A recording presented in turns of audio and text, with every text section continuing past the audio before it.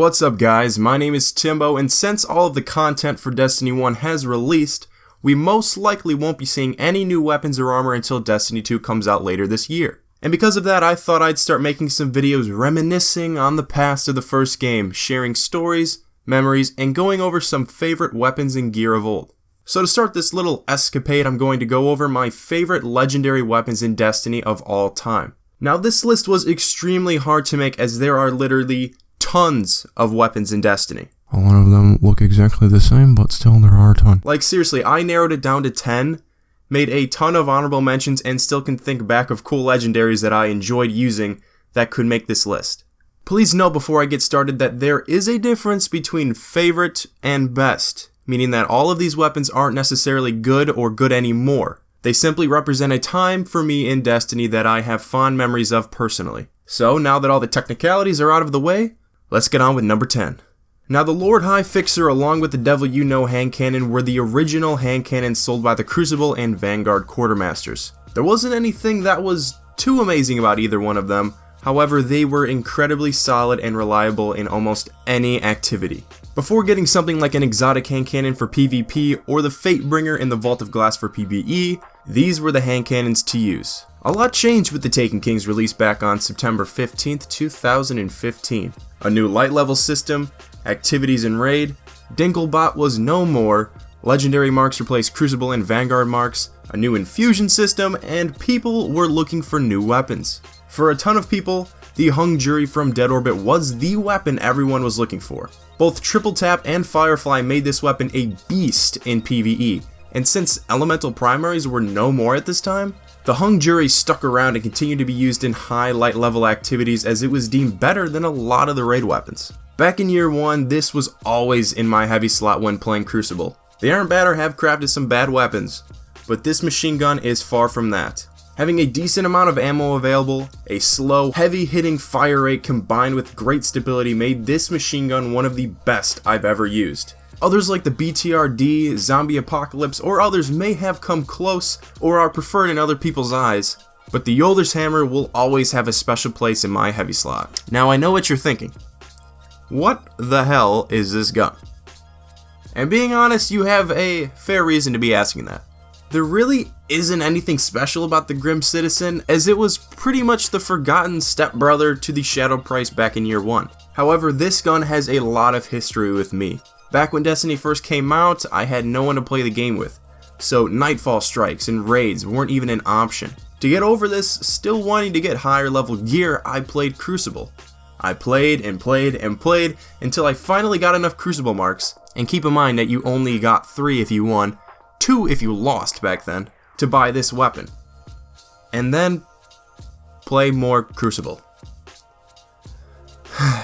It was a rough time. When I saw people talking about how good the HOPSCOTCH PILGRIM was in PvP, I had to have it. When the House of Wolves was out, there was only one way to get it: a random drop from strikes. In doing so, I did so many strikes in that playlist, I lost count, and only kept going because I had the, well, I've come this far mentality.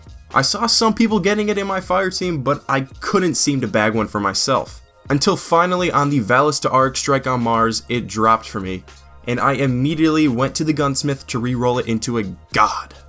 And then Bungie went and nerfed its archetype about a month later. Yeah, that stung a bit. Anybody know where the bleach is? After the Vault of Glass, I didn't think I'd ever get an amazing raid weapon again. But I was wrong. The Chaos Dogma is an absolute beast in PvE.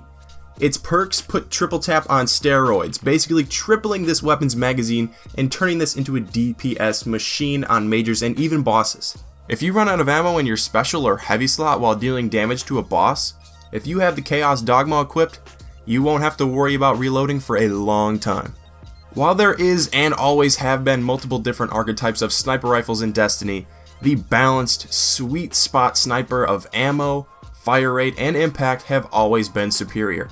And the LDR 5001 has always remained a favorite out of those. Obviously, with these weapons it all comes down to perks, but whether it's this one, the Longbow Synthesis, or the 1000-yard stare, you can never go wrong no matter what activity you're doing. Longer than any other weapon, the SUROS PDX was my favorite primary weapon for Crucible. For weeks I went to the gunsmith and waited for him to sell a god roll. Eventually I got one, as the perks of perfect balance, counterbalance, and small bore made this thing shoot without any recoil. Because of this, the SUROS PDX was my weapon of choice for Trials of Osiris and Iron Banner for a very long time.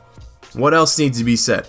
The FATEBRINGER is the best PvE weapon in Destiny, period. The combination of Firefly and Outlaw made this gun incredibly satisfying to fire and, most importantly, kill stuff with. I have fond memories of feeling like a total badass with what was deemed the holy trinity of FATEBRINGER, Blackhammer, and Gjallarhorn back in year 1. Shooting something in the face and then seeing it explode as you reload at the speed of light remains one of the most fun things to do in Destiny, even if the current version of the weapon isn't quite as amazing. Now before we get to our number 1, I want to take this time to go over some of the honorable mentions that couldn't quite make the cut for top 10. And there's a lot. Nerwin's Mercy, Aegis of the Reef, Hawksaw, Vanquisher 8, Shadow Price, The Vanity, Party Crasher, Found Verdict, Fellwinter's Lie, The Longbow Synthesis, Quillam's Terminus, The Hunger of Crota, The Doctrine of Passing, Defiance of Yasmin, Genesis Chain, The Chance, Ias Luna, The Palindrome, The Wormwood, and The Red Hand 9. That was a lot. I said it was a lot, but you probably didn't think it was that many. Now the FATEBRINGER may be better in a lot of people's eyes, but my own personal favorite legendary weapon in Destiny of all time has to go to the Vision of Confluence. A super stable, reliable, fully automatic scout rifle with the perfect sight and solar damage is amazing. I was super pumped to get my FATEBRINGER after all the things I've heard about it, but after using both of these weapons, the Vision is simply more my style. There are literally zero downsides to using this weapon in any type of PvE engagement, and it is for that reason why the Vision of Confluence from the Vault of Glass is my favorite legendary weapon to ever make its way into Destiny. Alright, well guys, those were my top 10 favorite legendary weapons in Destiny. I'm sort of sad in that all these weapons will soon be obliterated by the Red Legion, but I'm also very excited as hopefully when Destiny 2 comes out, we will get even more amazing weapons, both legendary and exotic to use. So tell me guys, what is your own personal list? Let me know in the comments below. If you enjoyed the video, a like would be super appreciated, and if you want to see more content from me in the future, make sure to hit the subscribe button on your screen as I'll be making similar videos to this in the days and weeks ahead. There are also more videos that are popping up on screen that you can click on as well if you would like to watch another one, but thank you all so much for watching, and as always, I will see you in the next one.